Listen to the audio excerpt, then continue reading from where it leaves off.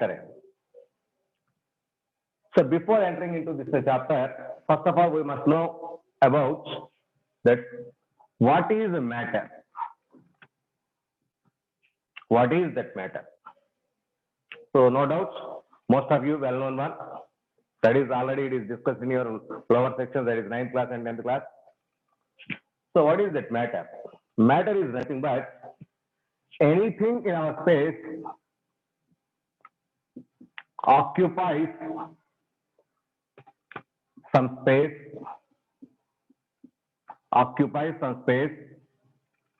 and having certain mass. Matter is nothing but it occupies some space and having certain mass. Anything, whatever it may be, sorry, anything, whatever it may be, that should be matter. That means, let's take this pen. It occupies some space in our space and having certain mass. That's why this pen is a matter. You, me, whatever it may be. Whatever it may be, we have some mass, we occupy some space. Automatically, we are automatically mass. There is matter in it. Now, this matter, how it is formed? It is a combination of number of constituent particles. What are those constituent particles? The combination of these constituent particles gives matter in it, no doubt. What are those constituent particles? Constituent particles here nothing but atoms, molecules, ions, something else. So all these combinations gives matter. For example, let us take this one as matter. Let us take this one as matter. So it is a composition of some particles. These are the particles, constituent particles. So this is the constituent particles. Combination of these constituent particles is nothing but matter. What are these constituent particles? These particles may be atoms, molecules, ions, or etc. So the combination of these are nothing but matter. So what is the physical state of this matter? So physical state of this matter is totally depending on some factors. What are those factors? What are those parameters which varies this physical state of the matter? That is nothing but, in particular, pressure and temperature. Pressure and temperature. By changing this temperature and pressure, automatically physical state of matter is varied. That means there is different states, physical states of matter exist if we vary the temperature and pressure. If we vary the temperature and pressure, different states of matter are exist. So matter is basically three types. Based on temperature and pressure.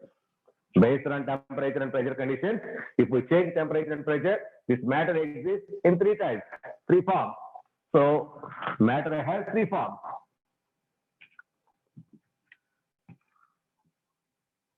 Three forms. What are those three forms?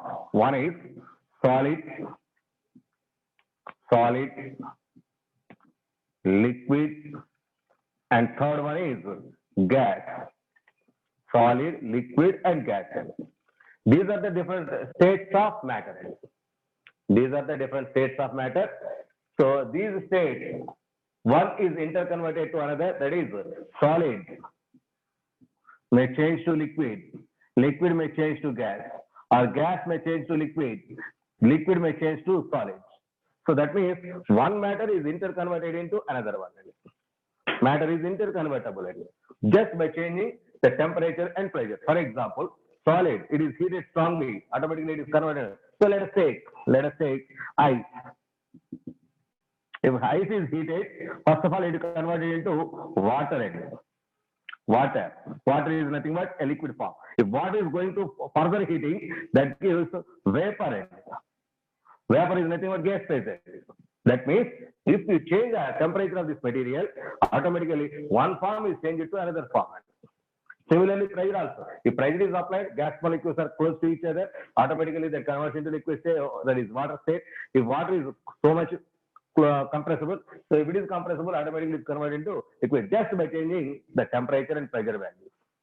That means, no doubt, different states of matter are interconvertible.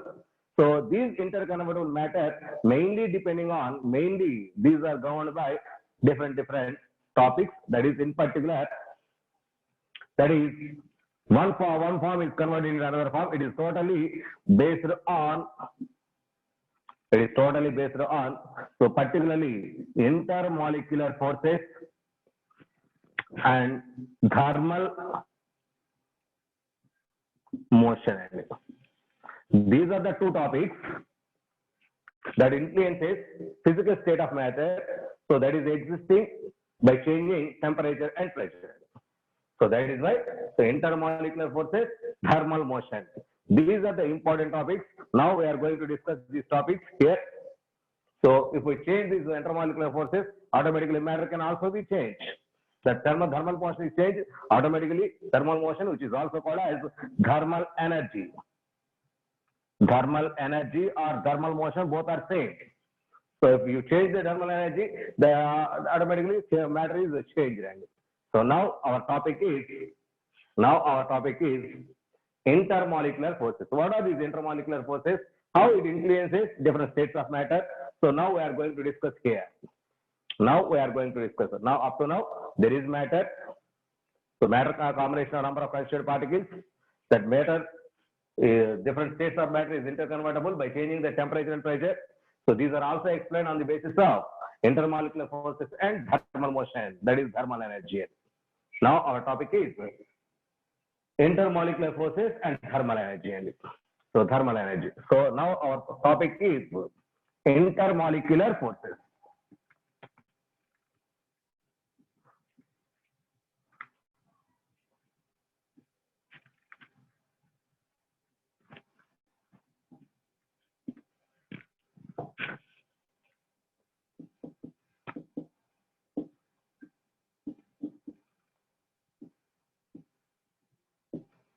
Intermolecular forces.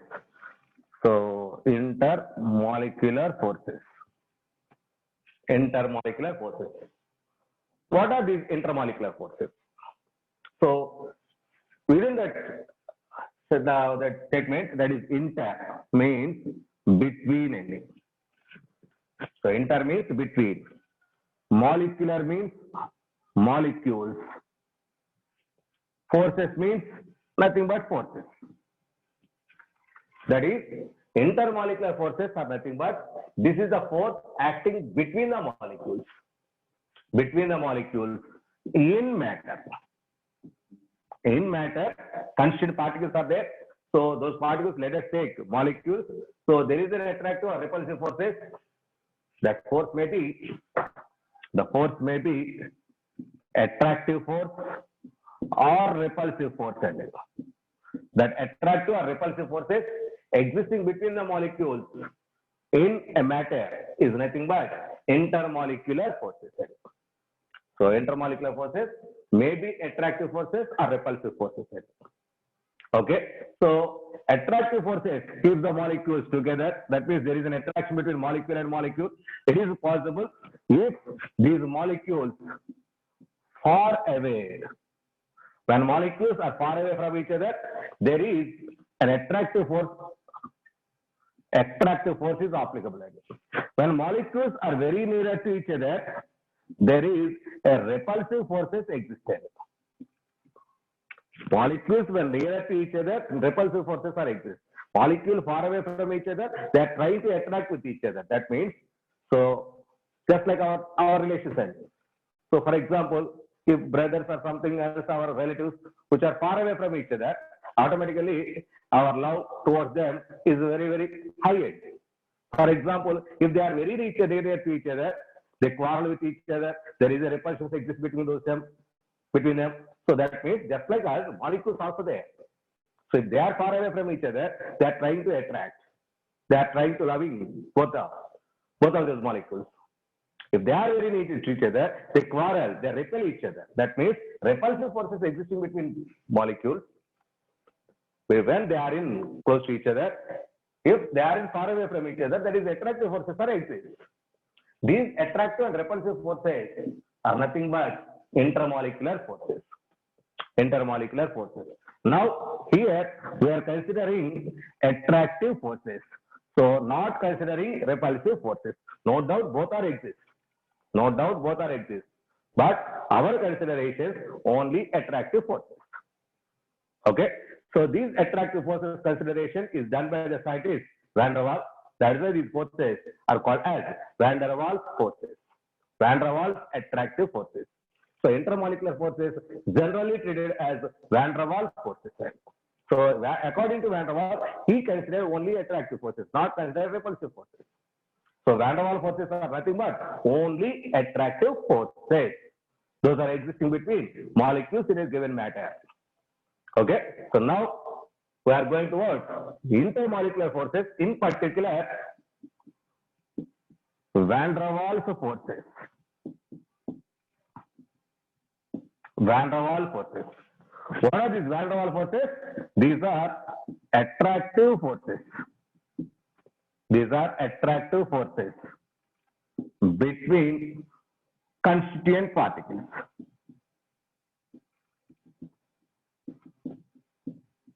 Between constituent particles, the attractive forces are considered as Van der Waals forces. Okay. So mind it, it is very, very important. These Van der Waals forces are very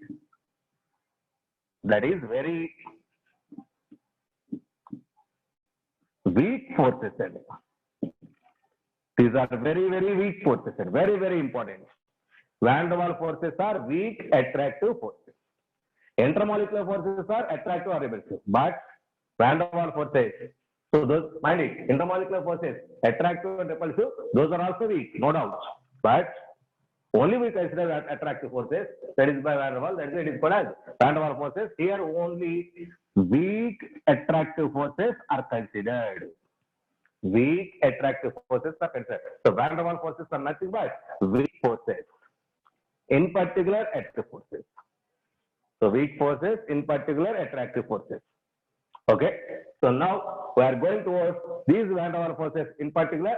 So these Van der Waals forces comes under intermolecular forces, under the heading that is intermolecular forces. Now how many types of intermolecular forces are here exist? So what are those? So now we are going to discuss here.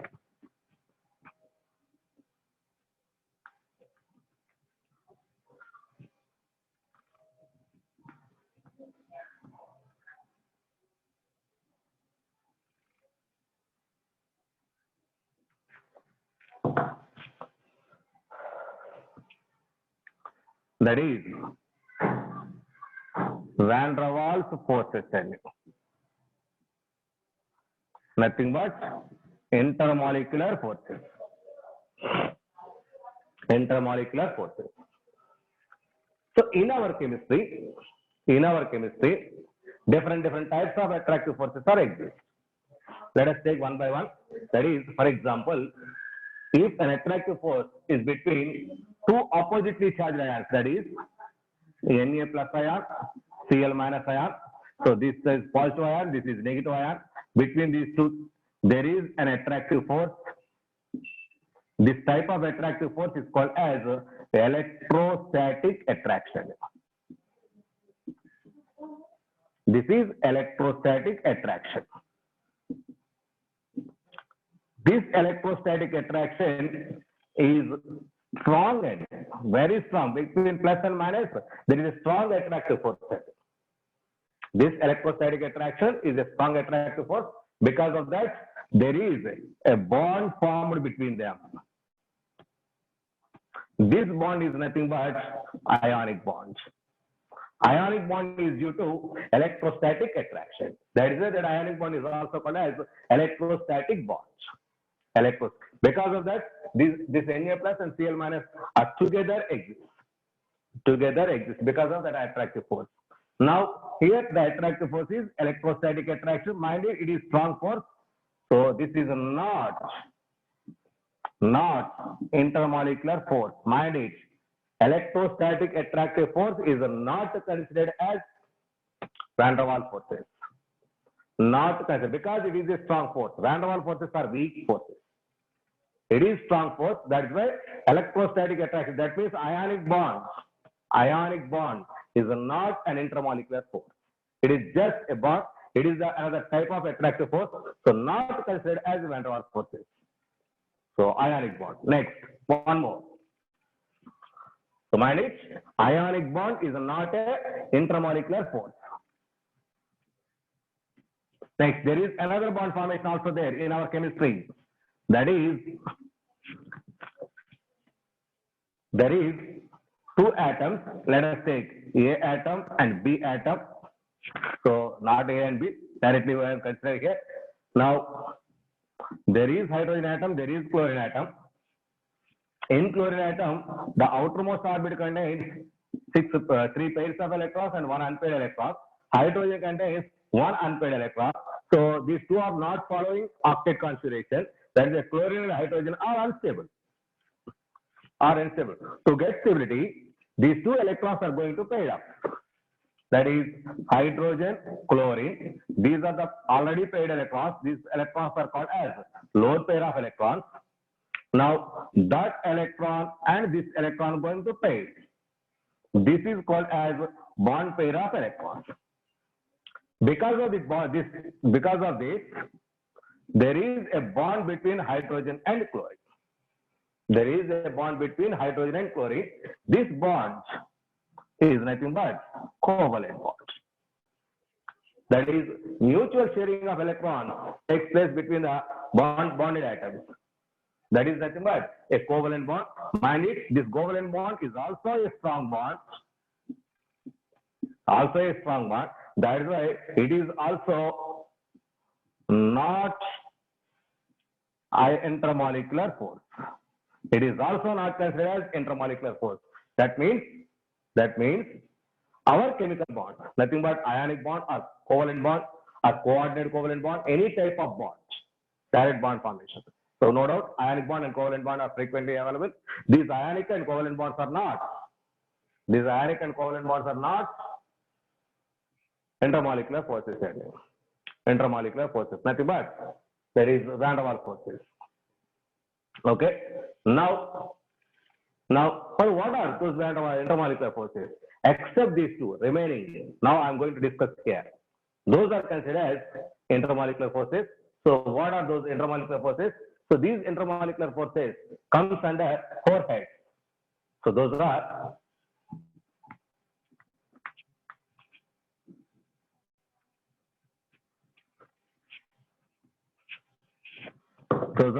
one, dipole-dipole interactions.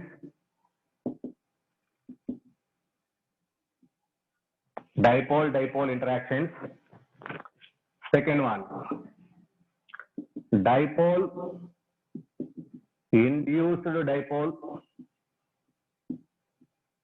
interactions. Dipole-induced dipole interactions. Third one, induced dipole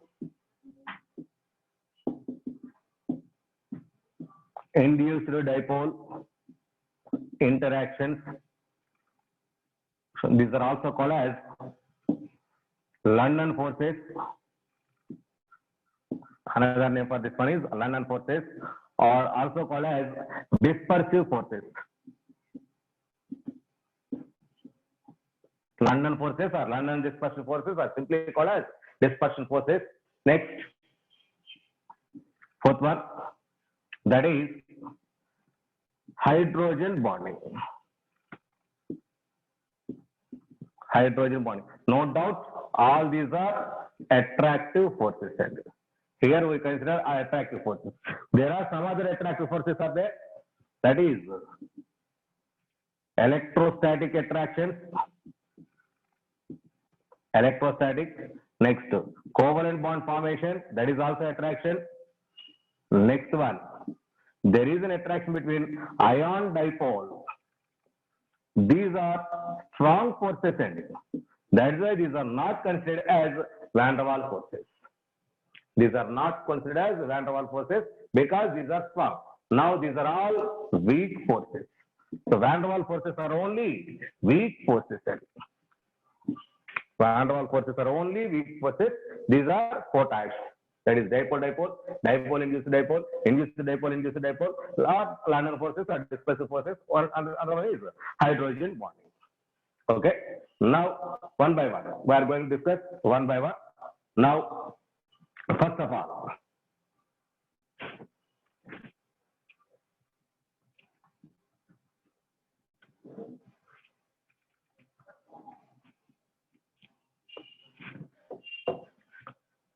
dipole-dipole interactions. First of all, what is this dipole? Dipole means di. It stands for two. Pole means it is from polarity. Polarity means partial charge separation. That partial charge separation into positive and a negative. That partial charge separation is called as polarity. So that is two. That is, for example, let us take for example, that is just like in your previous case, there is a covalent bond existing between hydrogen and chlorine. It is covalent bond, so not intermolecular bond. That is confirmed. Now here chlorine is more electronegative element. Hydrogen is less electronegative element. This is the pair of electrons, that is bond pair of electrons. So actually this bond pair of electrons exactly existing between these two atoms. Exactly between. But chlorine is more electronegative. That's why this bond pair slightly more attracting towards chlorine side and less attracting towards hydrogen side. That's why that bond pair of electrons chlorine slightly moving towards chlorine side, not completely into the chlorine. It is slightly. So actually here it is exists, but slightly moving towards chlorine side. Because of that slight movement, the chlorine gets partial negative charge, hydrogen gets partial positive charge. No doubt there is a bond. No doubt there is a bond. Because this bond pair is slightly attracted towards chlorine, because it is more electronegative element, that chlorine gets partial negative charge, this hydrogen gets partial positive charge. Splitting of this covalent bond, that is those atoms, covalently bonded atoms, into partial positive and negative charges is called as polarity. Which is called as polarity. That means HCl molecule is a polar molecule. HCl molecule is a polar. Where there is polarity, that should be polar molecule. For polar molecules, dipole moment mu is not equal to 0. So later in chemical bonding, the dipole moment concept we will discuss. Now here dipole moment, that is polar molecule. So where polar molecule, there is partial positive and negative splitting is there. That is called as polar molecule. Here is positive pole, it is negative pole, it is one pole, it is one pole. That is, there is two poles are exist. That is two poles. That is two poles. That is, so two poles are exist. One is positive and negative. That is dipole is exist. That dipole is exist because of this polarity. So that is called as a dipole. So therefore, in HCl there is a dipole exists. In HCl there is a dipole exists. Now HCl is a polar molecule. So let us take the polar molecule.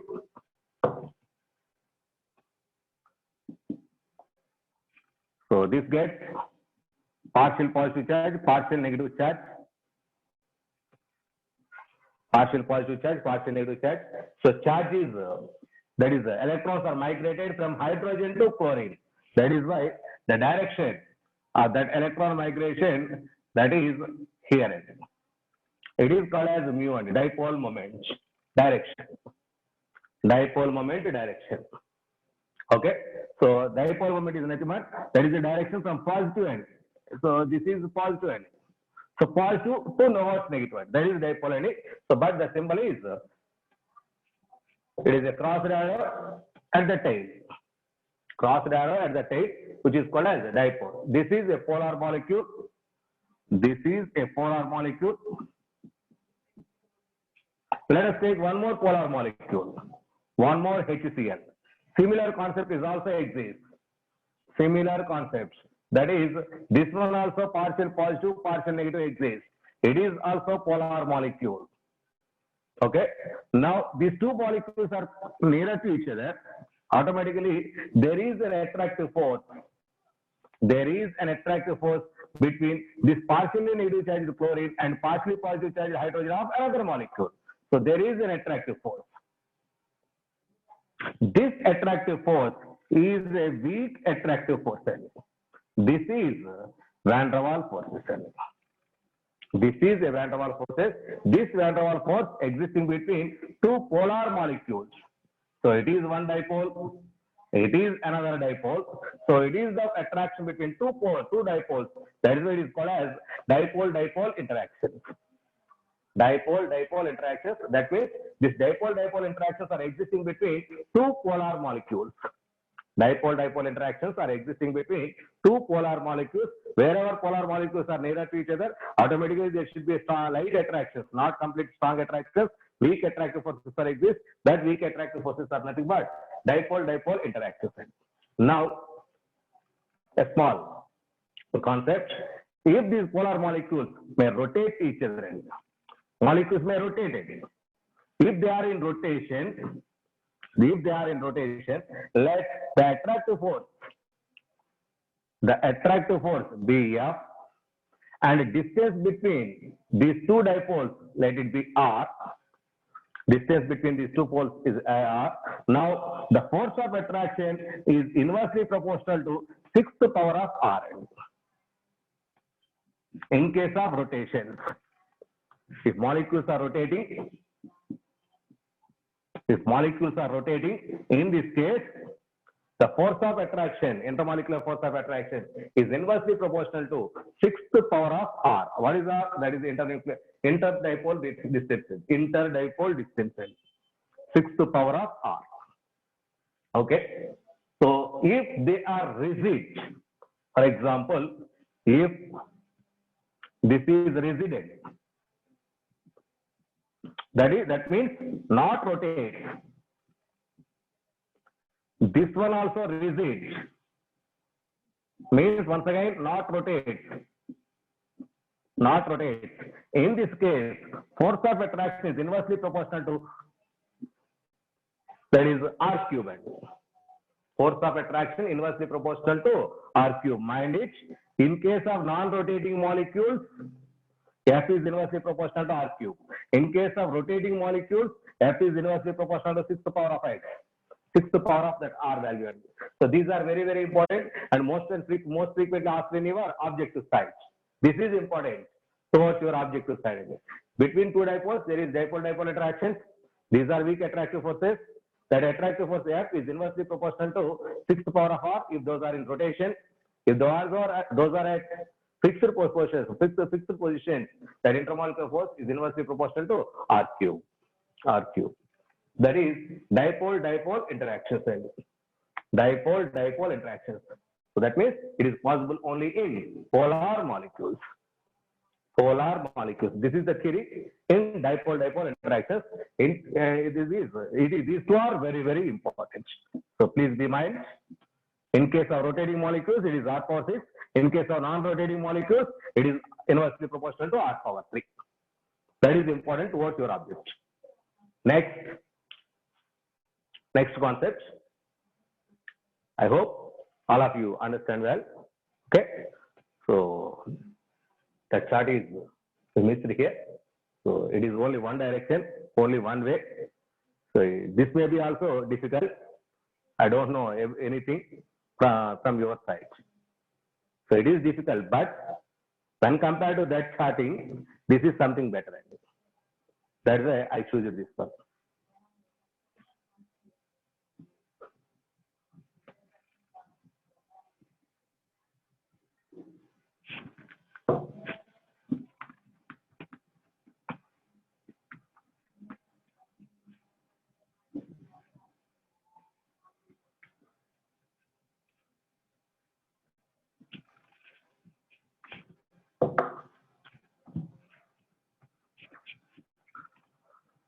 This is dipole-dipole interaction. Next one, that is second one, dipole induced dipole. Dipole, induced dipole attraction. No doubt weak attraction. Dipole, induced dipole interactions. What are these dipole and induced dipole? Before going to that, we must know about what is that induced. So it is well known in our English. Induced. What is induced? Induced means influenced by. Influenced by something other. Induced is meaning influenced by. For example, there are two students. One is very bright student, read well, and the other is very dull student, not that much the reading capacity, learning capacity. If these two are together at one place, that dull student may be bright because of influence of this bright student. Because of influence of this bright student, its influence on him, automatically it may be bright. That means he may be read well and learn something concepts more than that of previous years. Or it may also possible. That means that bright student may dull because of this dull student. These two may happen. That means one is influenced by other. One is influenced by other. This concept is called as influencer concept, that is called as induced concept. Induced. That type of concept is applicable. That type of, that is, let us take examples. For example, for dipole, I consider a polar molecule. A commonly used polar molecule is HCl molecule. It is a polar molecule. It has partial positive charge, partial negative charge because of that unequal electronegativities of those bonded atoms. Now, let us take, in case of induced, that is, I consider non-polar molecule. I consider non-polar molecule. Non-polar molecule means, so a bond is found between similar atoms, that is Cl2. Cl2. So here, this fluorine and this fluorine having same electronegativities, that means the bond pair is exactly in between these two. No one gets nearer to it and nearer to that particular atom. That's why no one gets positive charge, no one gets negative charge. It is a non-polar molecule. No polarity exists, non-polar. Okay. If these two molecules nearest to each other, automatically, because of influence of this negative charge, this chlorine, very nearer to this chlorine, automatically gets some charge, but less than that of this one. That means this one gets low charge, positive charge. Automatically, if it is positive, this may be negative. My dear boys, it is polar, it is non-polar. This non-polar is nearer to polar. Because of influence of this polar molecule, this non-polar molecules may get polarity, but not this much. It is something less than previous cases. That means delta symbol means small. More delta means more small. Very, very less positive, very, very less negative charges are there.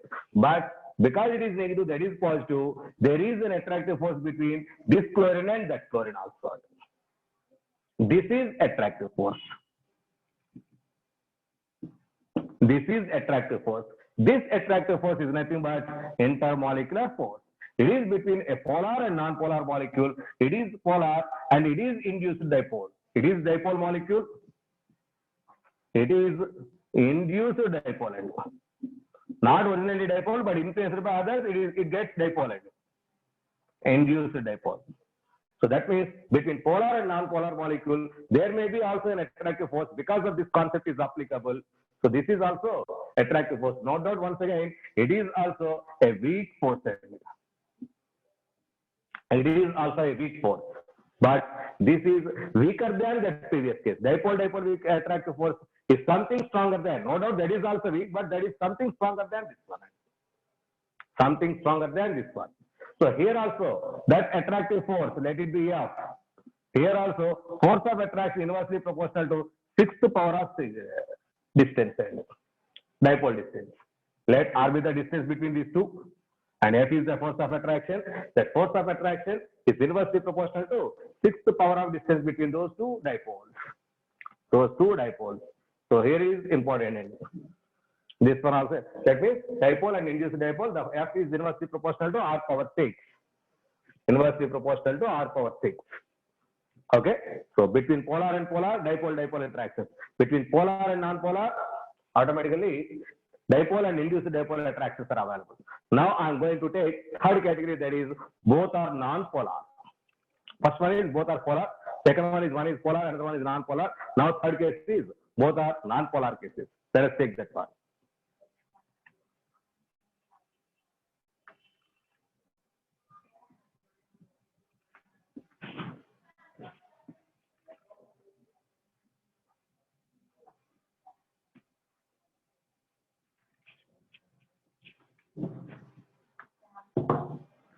Once again, that is third one, induced dipole forces. These are also called as dispersive forces or London force. Dispersive forces or London forces. What is this induced effect? Induced dipole. Let us take two non-polar molecules.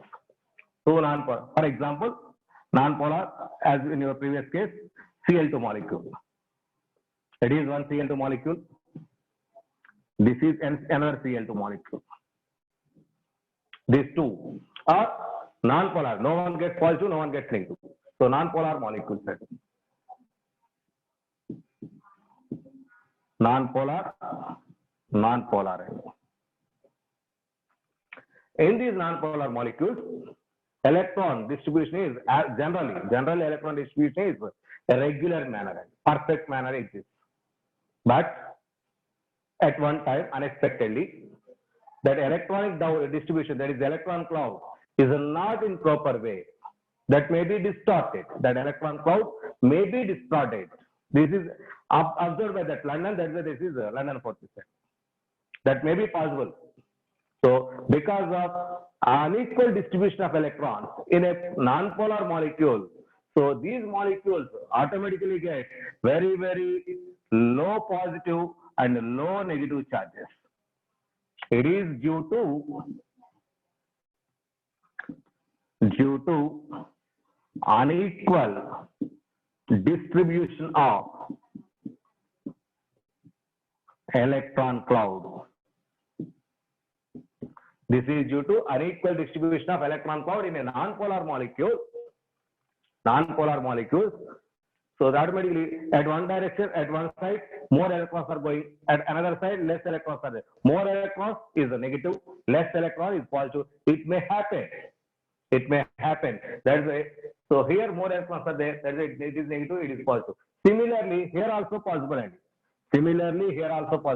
So delta means very, very, very less. Delta, very, very less. Here the direction positive to negative. Here the direction positive to negative. Okay, this is not polar, this is non-polar, but they may get polar. One is influenced by another one is influenced by this one. So this is due to this one, this is due to this one. So between these two, there is an attractive force. This is an attractive force. Between this plus and that minus, this is the van der Waals forces. So this is intermolecular forces. No doubt weak forces.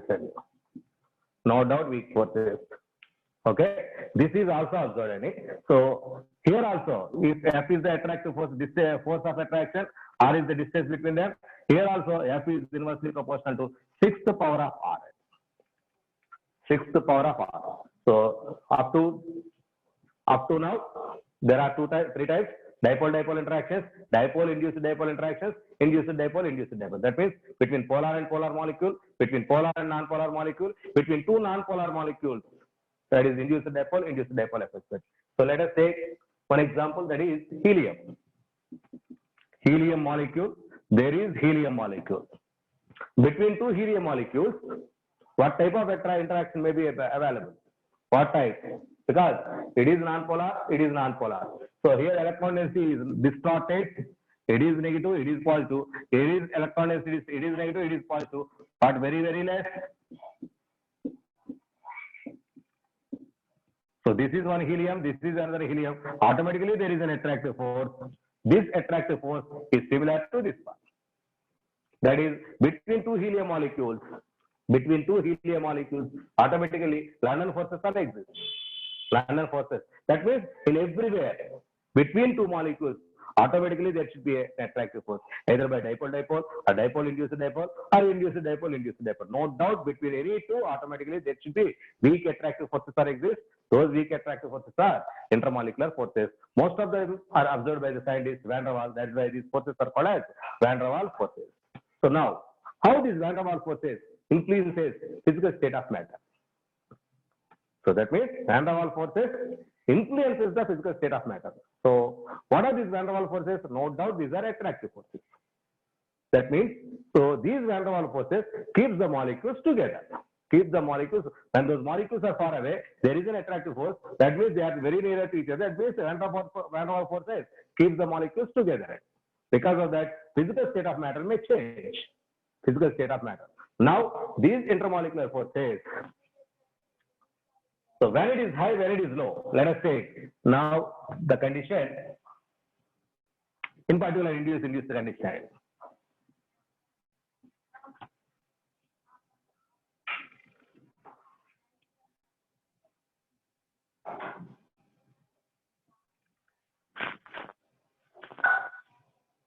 These intermolecular forces directly proportional to size of the molecule or atom. Intermolecular forces directly proportional to size of the atom or size of the molecule. How? Let us take F2 molecule, Cl2 molecule, Br2 molecule, I2 molecule. These are halogen molecules. All these are non-polar. All these are non-polar. That means comes under this case. Non-polar versus non-polar. Comes under this case. Next, in a group from top to bottom, fluorine, chlorine, bromine, iodine, top to bottom size increases. Size increases. As the size increases, automatically intermolecular forces also increases. Intermolecular forces also increases. As intermolecular forces increases, automatically molecules nearer to each other. Molecules nearer to each other. That means from this to this one, intermolecular forces increases. No doubt at all. Because as size increases. As size increases. So that means, so here less attractive forces, molecule far away. That's why fluorine, those molecules are far away condition. It is a gaseous stage. Here chlorine, here also molecules far away. Here also it is in gaseous stage. But so when compared to chlorine, bromine has something more size. Strong intermolecular forces are exist. That means here molecules are nearer to each other. Now bromine is a liquid one.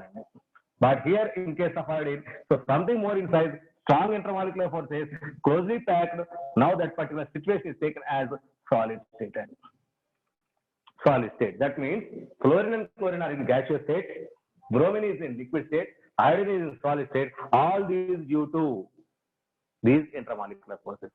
As the size increases, intermolecular forces increase. Intermolecular forces increases, attraction between atoms increases. They are close to each other. So that when molecules are very close to each other, that particular state is called as solid state. When they are far away from each other, that particular state is gaseous state. In between them, that is liquid state. So fluorine and chlorine are gases.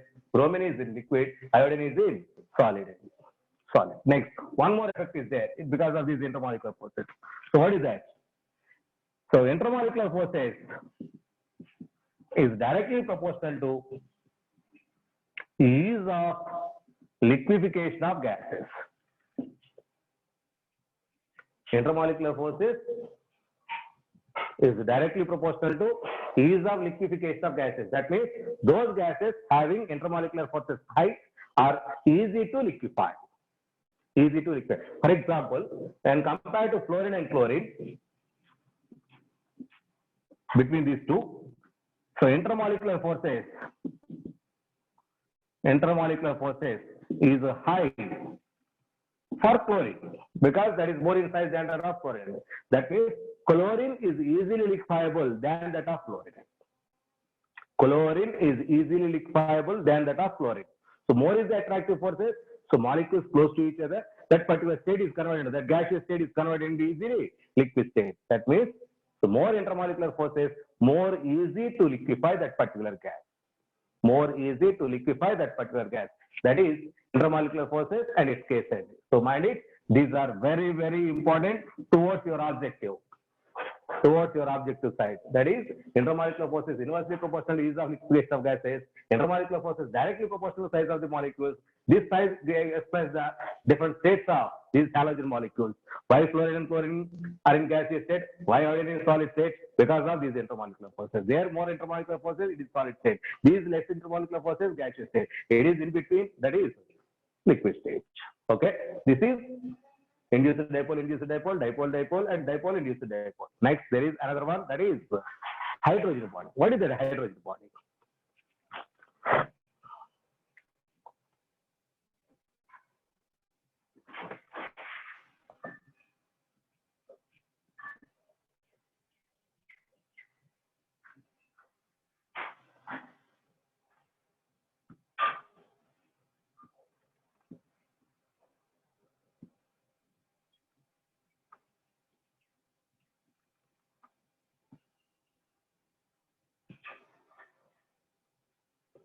Please listen carefully. No need to write anything because it is only theory concept. Just listen carefully. I will send the note. I will send notes to you. No doubts. Please listen carefully. That's enough. That's great. Now, hydrogen bonding. And there is fourth intermolecular force. That is hydrogen bonding. What is this hydrogen bonding? Hydrogen bonding is nothing but one type of dipole attraction. In clear, something strong dipole interaction. So strong one are not considered as intermolecular forces. Why it is taken as intermolecular? Not that much strong. That is a covalent bond formation, ionic bond formation. That bond strength, this bond strength is not that much strengthened. That's why it is weak, but something stronger than dipole case strength. Something. So it is the one part of dipole interaction. It is something a little bit stronger. So what is this? So why it is taken as hydrogen bond? Why it is not considered as dipole? Let us take one example. That is A is an atom connected with hydrogen. A is an atom connected with hydrogen. It is more electronegative. It is less electronegative. Now this molecule is nearer to another molecule. That another molecule is B with hydrogen. B with hydrogen. Once again, this B more electronegative, it is less electronegative. This is another molecule. This is another molecule.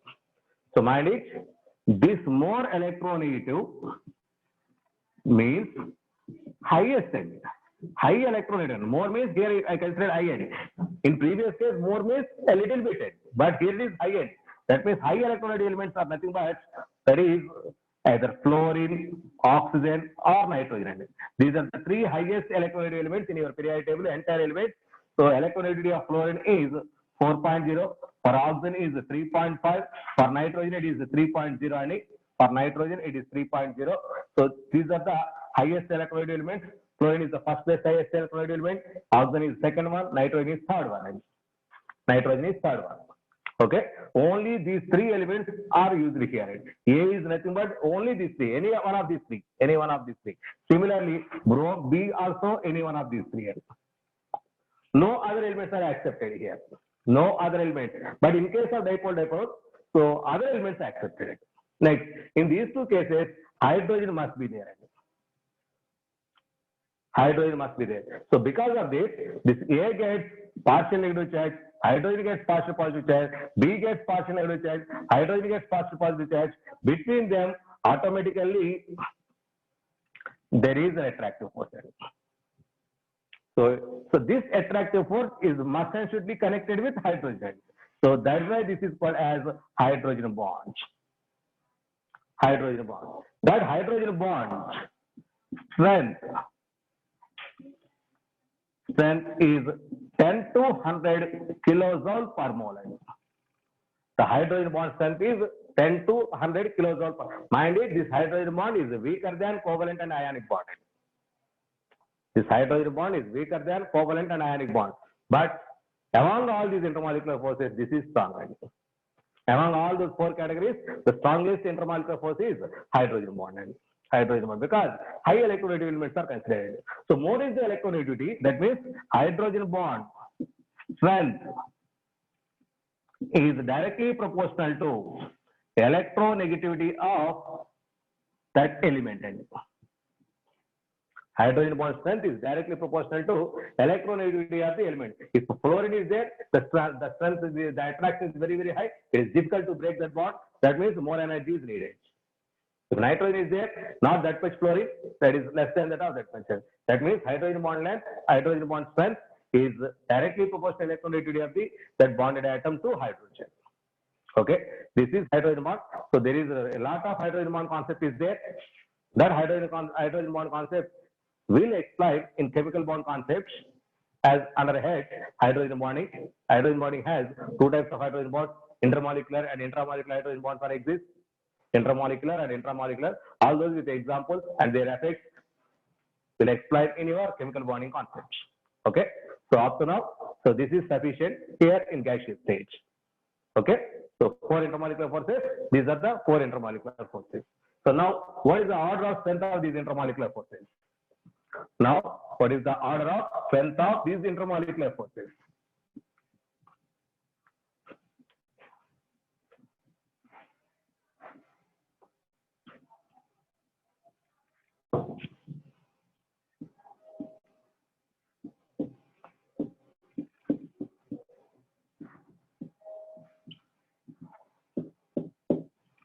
Order of strength of intermolecular forces is hydrogen bonding greater than greatest strength. Dipole greater than dipole, induced dipole greater than induced dipole. So hydrogen bond greater than dipole, induced dipole. That means the weakest intermolecular force is induced dipole force. Strongest intermolecular force is hydrogen, that is hydrogen bonding.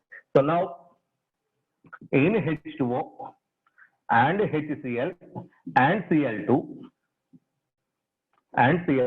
which one? So what is the symbol? It is greater. There is greater than symbol or less than symbol we are going to use. That means here hydrogen with oxygen, that is high electronegativity element. Hydrogen bond concept is applicable. Now it has strong attractive forces. It is HCl, so it is hydrogen bonding concept. It is a dipole concept. It is greater than. It is induced dipole, and induced dipole concept. That is, this is the order of strength of bonds in H2O, HCl, and Cl2. And H2O, HCl, and Cl2. So this is intermolecular forces and their strength.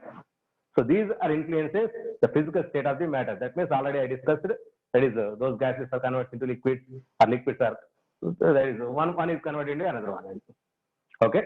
So now the second topic, that is thermal motion or thermal energy.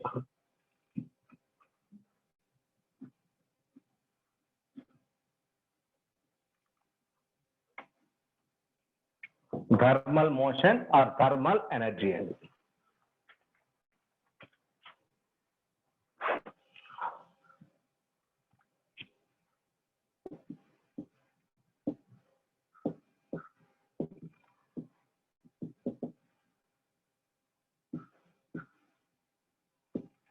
thermal motion or thermal energy.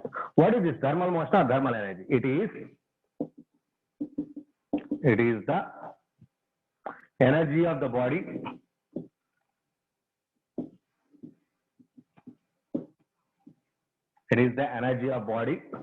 arising from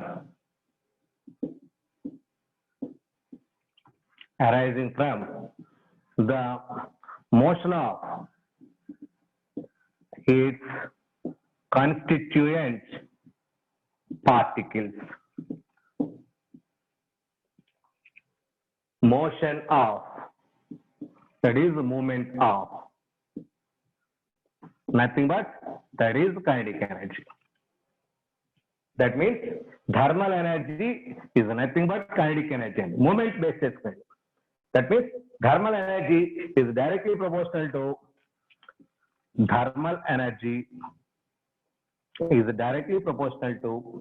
temperature, absolute temperature. That is, it is average temperature. That is absolute temperature. Thermal energy directly proportional to average temperature or absolute temperature. So as temperature increases, kinetic energy of gas molecules also increases. As kinetic energy increases, thermal energy increases, because thermal energy directly proportional to kinetic energy. More is the kinetic energy, more is the thermal energy.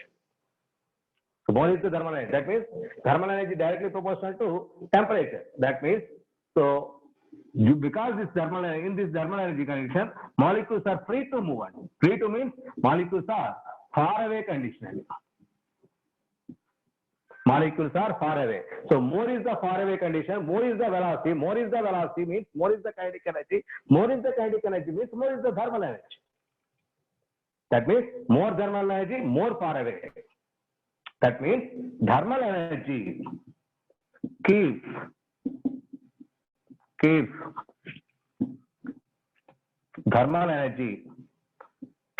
the molecules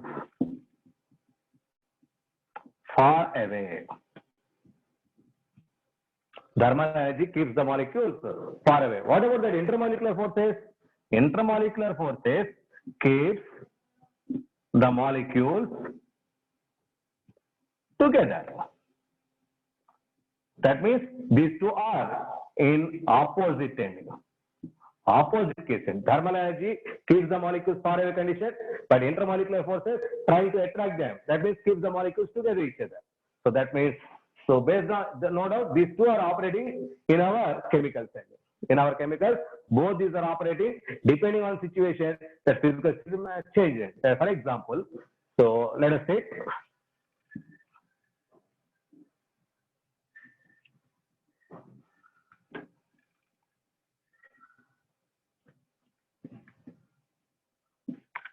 So generally, solid, change it to liquid, change it to gas. Now gas, change it to liquid, change it to solid. How sir? So in solid, atoms are closely packed. Closely packed means intramolecular force is greater than thermal energy. In solid, intermolecular forces are greater than thermal energy. In gases, so molecules are far away. Here means thermal energy greater than intermolecular forces, because molecules are not near to each other. In case of gases, thermal energy, because kinetic energy is very high for gas molecules, and that is thermal energy is much more greater than that of intermolecular forces. Now what about that liquid? Thermal energy is equal to intermolecular forces. That means from left to right, intermolecular forces decreases, thermal energy increases. And intermolecular forces decreases, thermal energy increases. So based on these two, different states of matter exist. So this is the way how different states are exist. So that is based on that intermolecular forces and thermal energy. So among these three states, that is solids, liquids and gases, in your first year, in this class, we are going to discuss in particular that gaseous state. Here we are going to discuss gaseous state and a little liquid state, but not here in solid state. This solid state in your second year. There, the solid state in your second year, we will discuss But in your first year, only the gaseous state and liquid state are exist.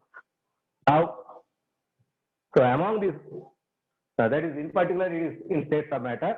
Now I am going to take a particular state which is called as gaseous state. Now our topic is gaseous state. After completion of gaseous state, so later at the end of this chapter, we are discussing that liquid state, a little liquid state. So now our topic is gaseous state.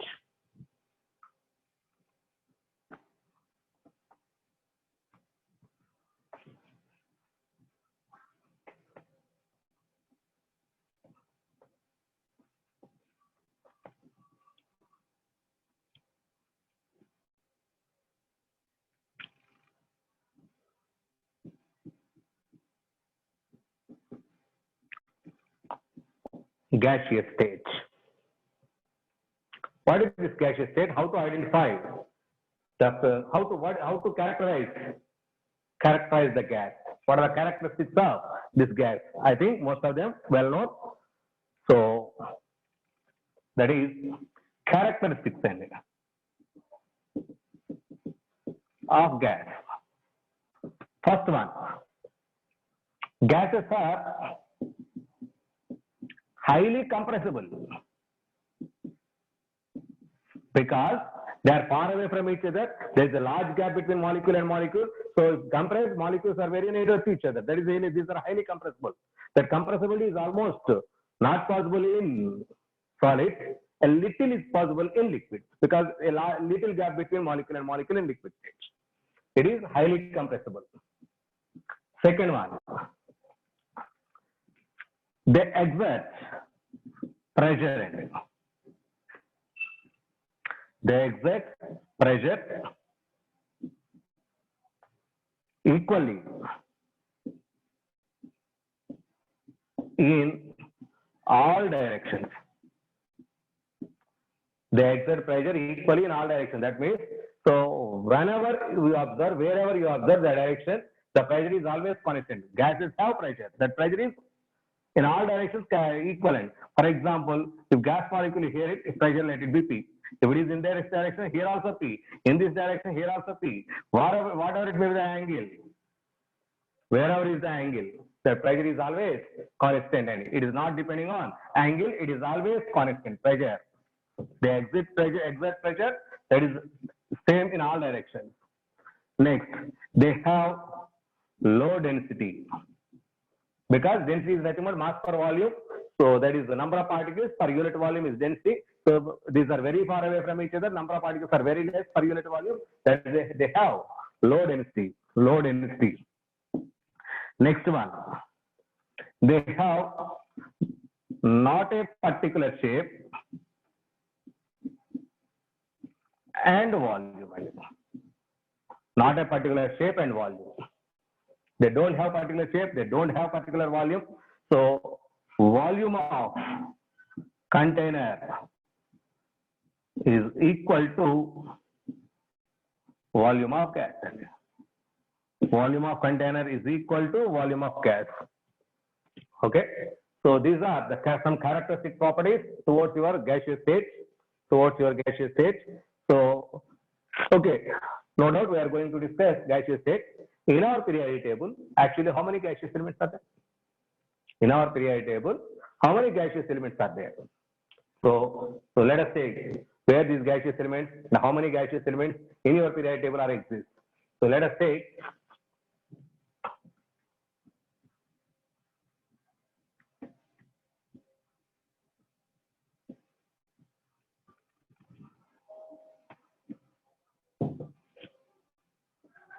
this is the rough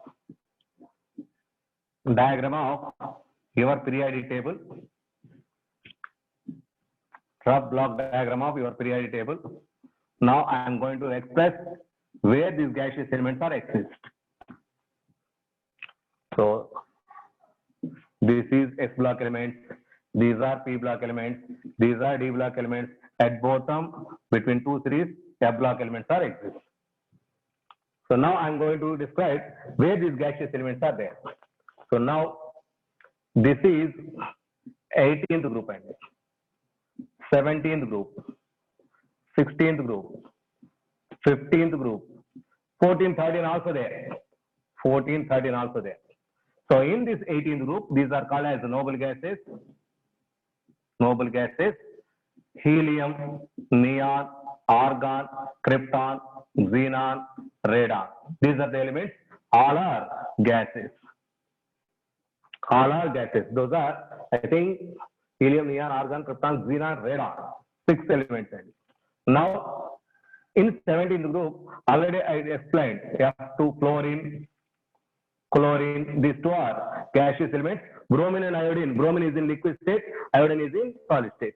So that's why we are discussing only gaseous elements. So fluorine and chlorine are gaseous elements. So here oxygen, sulfur. Oxygen is only the gaseous element. Before that, nitrogen. Nitrogen is only the gaseous element. Next. So remaining there is no gaseous elements in P block. Here hydrogen is exists. This is gaseous element. Except these elements. How many? 1, 2, 3, 4, 5, 6, 7, 8, 9, 10, 11.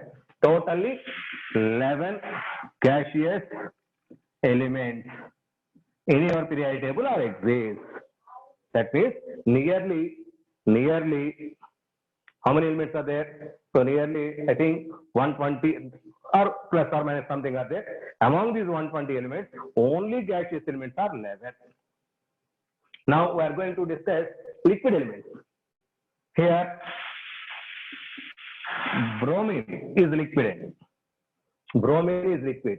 In B block, zinc, cadmium, mercury are exist. This mercury is in liquid state. These are the only liquid elements in your periodic table at room temperature. That is 25 degrees centigrade temperature.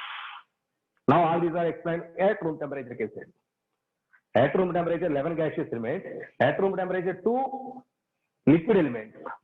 Except these, that 11 and these 2, 13, remaining all elements are in solid state. All elements are in solid state. So this is explained in your periodic table later. So now I am in gaseous state. So only 11 gaseous elements are there. Now how to explain the properties of these gaseous elements? So these properties, gaseous elements are explained by taking some measurements. Those are called as measurable properties. So gaseous state is described mostly with some measurable properties. The description is explained on the basis of measurable properties. So that's right. First of all, I am going to explain measurable properties of gases.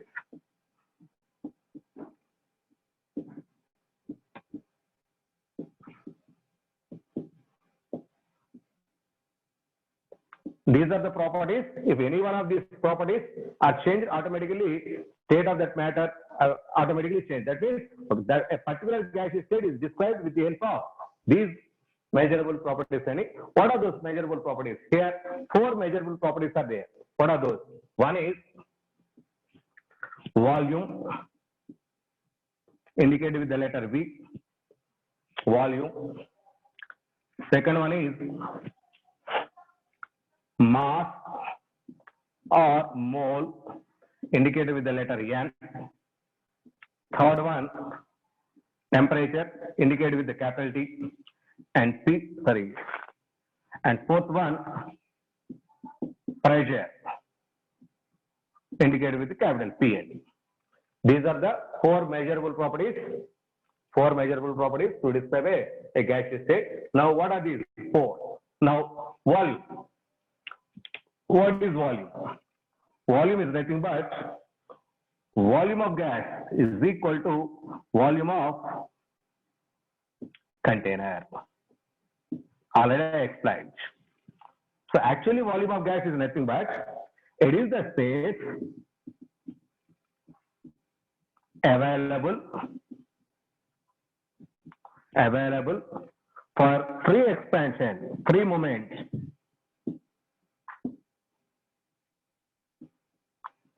Free movement of gas molecules. Free movement of gas molecules. So what is the space available to expand the gas to freely movement? That means container volume. That's enough. Okay. So now what are the units of this? Units of the volume. SI unit is equal to meter cube. SI unit is meter cube. So not only that, others are used. Those are conversions. And 1 meter cube is equal to 1000 liters. 1 liter is equal to 1000 centimeter cube, which is equal to 1000 ml. 1 centimeter cube is equal to 1 ml, which is equal to 1 cc. Next, 1 decimeter cube is equal to 1 liter. 1 decimeter cube is equal to 1 liter. These are the units generally used for gas volumes, to express gas volume of the gas. So SI unit is meter cube. Different conversions. So frequently used is that is either liters or milliliters, generally used. But actually SI unit is meter cube. It is all about your volume. Next, number of moles. Already up to yesterday's class, this is the major topic, that number of moles. Number of moles is equal to weight of the substance by gram molecular weight. So mixture volume, that is the weight of mixture by mixture molecular mass. So how to calculate those are all well known ones. So that's I neglected. That is that number of moles here is used. Next, temperature.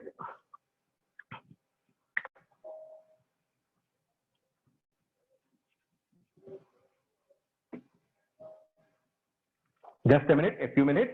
I am going to conclude. Please wait. That is temperature, indicated with the letter capital T. Capital T. What is this temperature? That is nothing but degree of hotness or coldness of the system, which is degree of hotness or coldness is the temperature. Generally, in gaseous state, we use Kelvin scale of temperature. Kelvin scale of temperature. That is the major one. I think it is SI unit. Kelvin scale of temperature is used. But along the Kelvin scale, degree centigrade, Fahrenheit, Raman, different scales are there. Now, how to convert one to another? That is conversion. So, Kelvin scale is equal to 273 plus degree centigrade. Degree centigrade. So next, so one conversion to another. So see, Celsius scale by 100 is equal to K minus 273 by 100, which is equal to F minus 32 by 180. This is the interconversion between Kelvin, it is degree centigrade, it is Kelvin scale, it is a Fahrenheit scale. So between these three scales, there is the interconversion. So no doubt, we are here using only Kelvin scale. So these are no need here. But in case a problem is given to you, that for that conversion, use this concept. Okay. Next.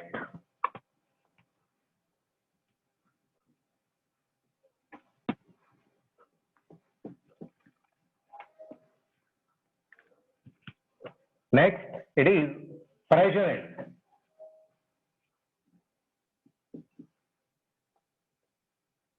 Pressure.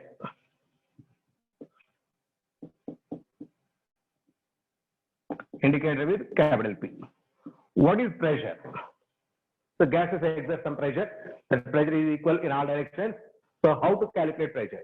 Pressure is nothing but force per unit surface area. That is P is equal to F by A. And P is equal to F by A, force per unit surface area. Tomorrow we are going to discuss the relations, derivations. So now for the unit for pressure, SI unit of this pressure is Pascal or Newton per meter square. Pascal are generally used Newton per meter square because 1 Pascal is equal to 1 Newton per meter square. 1 Pascal is equal to 1 Newton per meter square. So there are other units, bar, the term is used. 1 bar is equal to 10 power 5 Newton per meter square, 10 power 5 Pascal. Next, atmosphere is another unit. 1 atmosphere is equal to 1.013 bar N.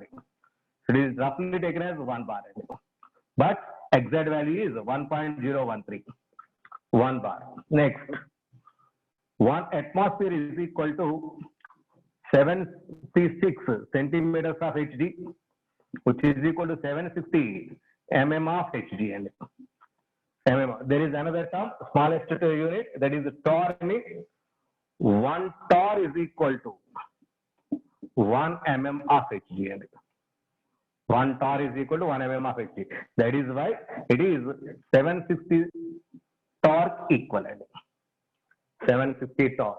These are the different units to measure pressure of the gas. Pressure of the gas. So it is SI unit, pascals or Newton per meter square. Both are used. So frequently used one is pascal. Now this is up to today. So in Monday's class, how to measure the pressure of the atmosphere, that is atmospheric pressure, pressure of the gas. What are the different problems based on these concepts? So those are I will explain on Monday class. So up to now, thank you. Thank you.